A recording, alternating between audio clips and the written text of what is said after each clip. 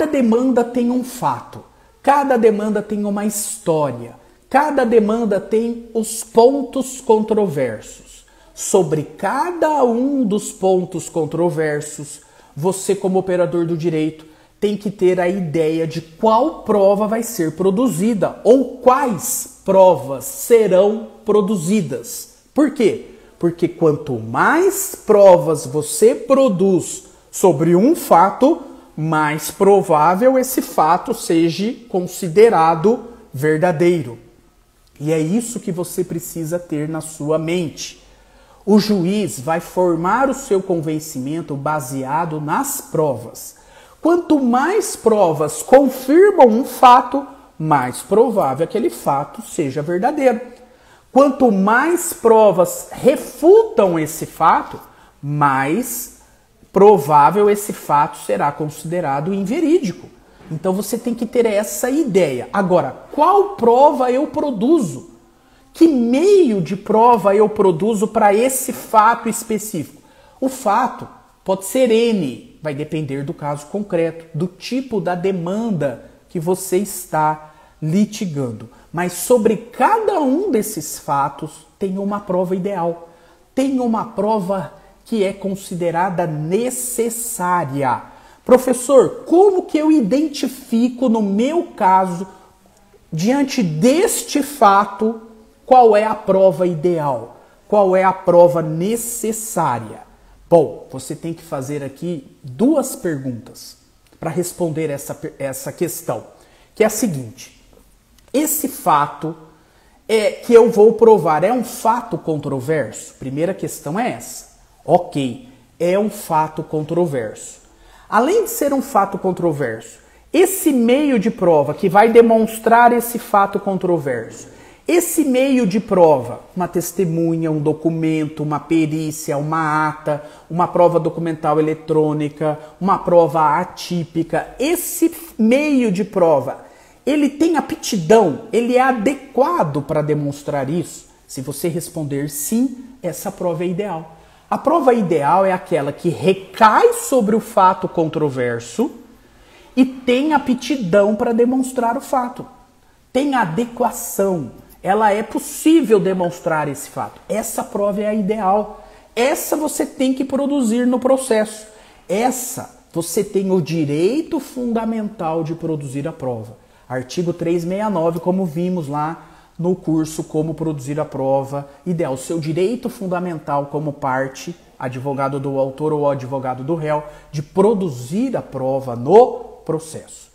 Professor, então eu tenho que analisar se o meio de prova que eu estou indicando recai sobre o ponto controverso. Ok. E além disso, se ele é adequado, se ele é útil, ok.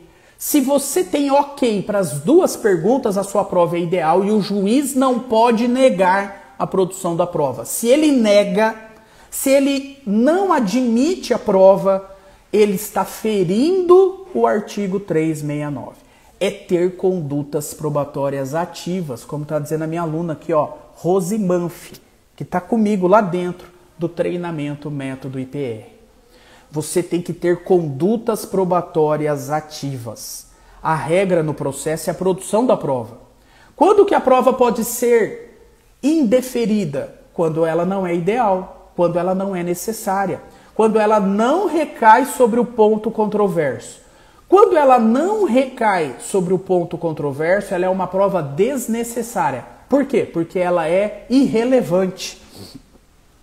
Eu quero demonstrar que o réu foi o culpado pelo acidente. Ele não observou o sinal de pare. Esse é o ponto controverso. A minha prova que eu vou requerer é sobre esse fato. E qual é o fato que o advogado quer provar? O advogado precisa provar a culpa do réu. E o que ele pede para o juiz? Ele pede para o juiz notificar o Detran para que o Detran informe se o réu é habilitado ou não. Se o réu é habilitado ou não, é uma prova irrelevante. Essa prova não vai influenciar o resultado do julgamento. O que vai influenciar o resultado do julgamento é comprovar a culpa do réu. Se ele é habilitado ou não, pouco importa. Se ele pagou as multas de trânsito ou não, pouco importa.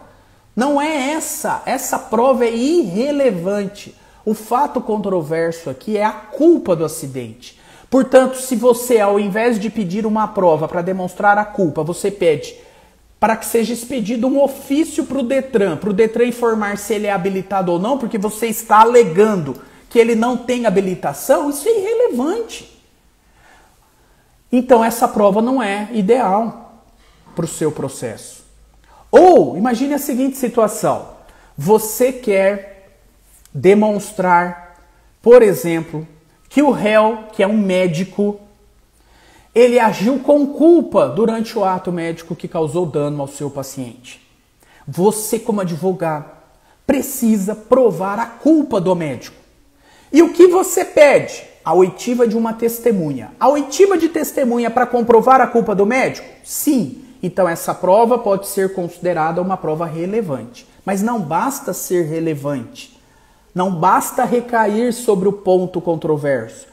Além de ser relevante, ela tem que ser útil, adequada. E aí você vai para a segunda pergunta.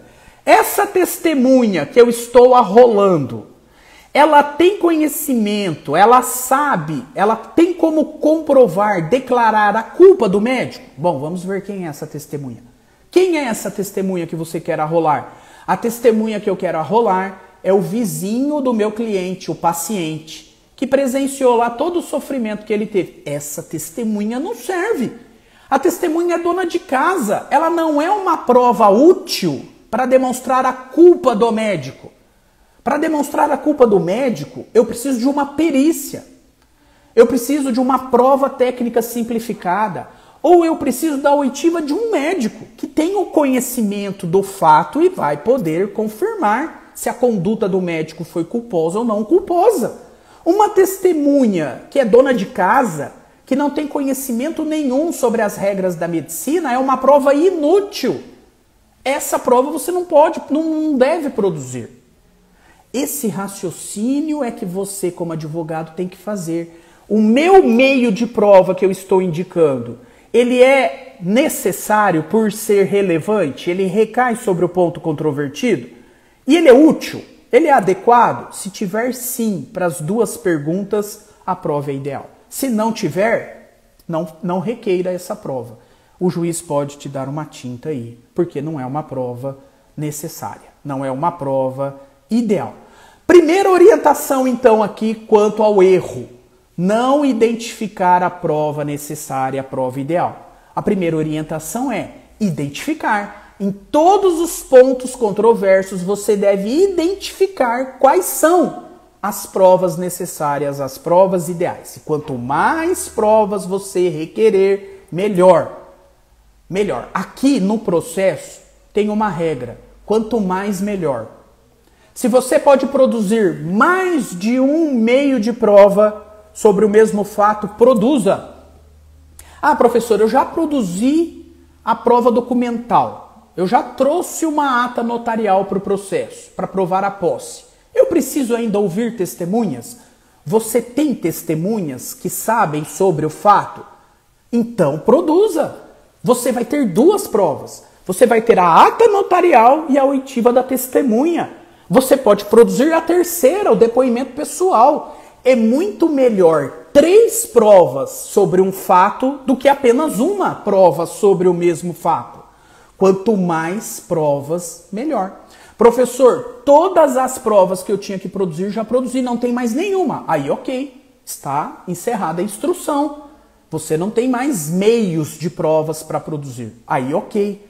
Professor, eu juntei com a inicial uma perícia extrajudicial. Eu preciso também requerer uma perícia dentro do processo? Ou eu preciso ouvir uma testemunha dentro do processo? Depende. Aquilo que você quer demonstrar pela perícia extrajudicial foi impugnado pelo réu na contestação? Foi. Lá na contestação o réu fez uma impugnação específica. Logo, o fato se tornou controverso. E aí pensa comigo. A perícia que você produziu extrajudicialmente, que te ajudou na concessão da liminar, ela foi produzida unilateralmente, sem a participação do réu. Agora, o réu na demanda, depois que foi citado, impugnou o fato. O que você, como advogado do autor, tem que fazer? Produzir outras provas sobre o mesmo fato. Produza uma perícia judicial, produza a oitiva de um especialista, produza a juntada de um documento, produza a juntada de uma testemunha que tenha o conhecimento sobre aquele fato. Porque o fato se tornou controverso e quanto mais provas você produz, melhor. Não se contente com a prova que só você produziu fora do processo. Ela foi impugnada no curso da ação, o fato se tornou controverso pelo réu. Agora você tenha condutas ativas e produza as outras provas dentro do processo. É assim que você tem que pensar na sua prática jurídica. Entre nós aqui, quem tem preguiça de produzir provas tem chance de perder demanda. Quanto mais preguiça você como advogado tiver, mais chance você vai ter de tomar tinta. Quem toma tinta? O advogado preguiçoso. O advogado que não quer produzir prova. O juiz também. Tem juiz que é preguiçoso, tem juiz que não quer produzir provas. Mas para isso você tem um remédio. Para o juiz preguiçoso que não quer produzir provas, você tem um recurso. Agora, para o advogado que não quer produzir provas, não tem recurso. O seu cliente não tem recurso. O seu cliente contra ele nem sabe disso, porque ele não tem um conhecimento técnico. Esse está em maus lençóis. Você, como advogado, você tem remédio jurídico contra o juiz preguiçoso que não quer produzir provas. Não admite as provas que têm que ser admitidas. Agora, o coitado do cliente que tem um advogado preguiçoso, esse está danado. Ele não tem recurso nenhum. Ele nem sabe disso, porque ele é um leigo em questões jurídicas. Esse está em maus lençóis. Você não pode, proporcionar isso ao seu cliente. Pelo contrário, você tem que ser a solução do seu cliente. Portanto, você vai evitar esse erro. Você vai identificar a prova ideal, a prova necessária e vai produzir todos os meios de provas que têm que ser produzidos no processo. Beleza?